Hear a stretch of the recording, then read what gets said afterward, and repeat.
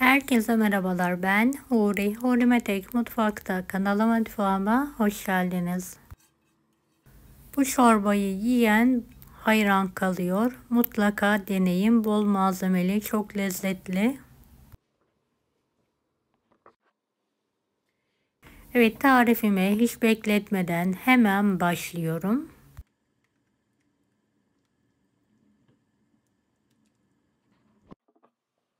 Bir su bardağı nohut, bir su bardağı buğday, bir su bardağı yeşil mercimeği akşamdan ıslattım. Bol su yardımıyla yıkayarak süzelim.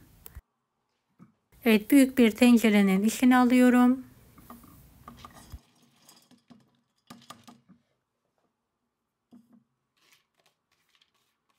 Üzerini geçecek kadar su ilavesi yapalım.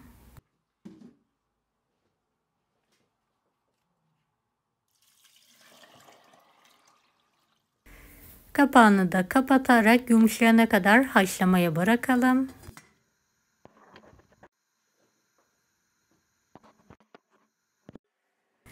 Evet, bakliyatlarım yumuşadı. Fazla suyunu süzerek şöyle yarısını geniş bir tencerenin içine alıyorum. Kalanı da soğutarak buzluğa kaldırıyorum. Evet, üzerine geçecek kadar su alarak ocağın üzerine alıyorum.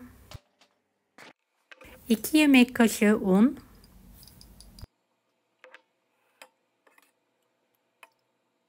4 yemek kaşığı yoğurt, 1 adet tam yumurta, yeteri kadar su ilavesi yaparak pürüzsüz bir terbiye hazırlayalım.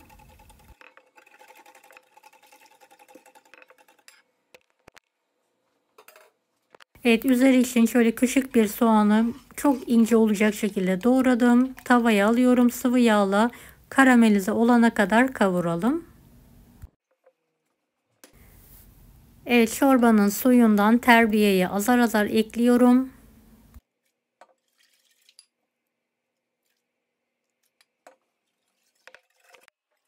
Terbiyeyi süzerek tencereye alalım.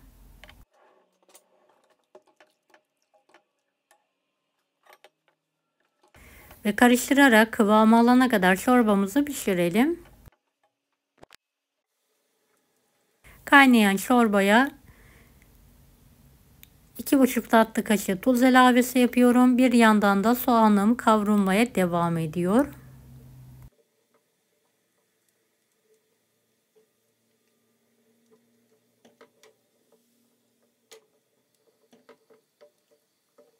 Kavrulan kuru soğanın içine de kuru nane ekliyorum.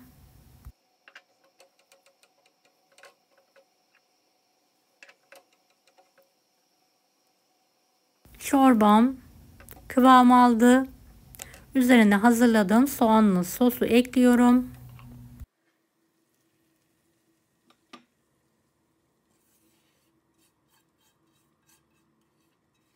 En son karıştıralım.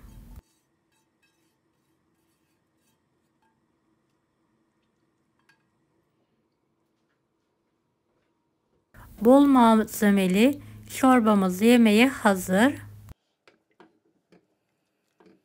Akşam yemeğine tek başına yeterli olacaktır. Yanında bir salata ile gerçekten muhteşem oluyor.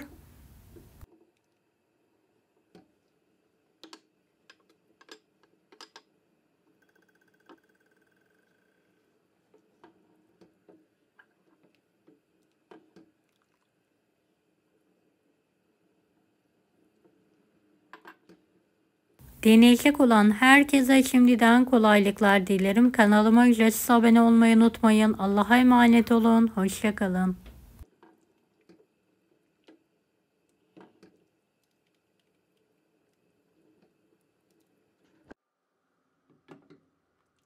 Daha farklı tarifler için bunları da izlemeyi unutmayınız. Kolay gelsin herkese.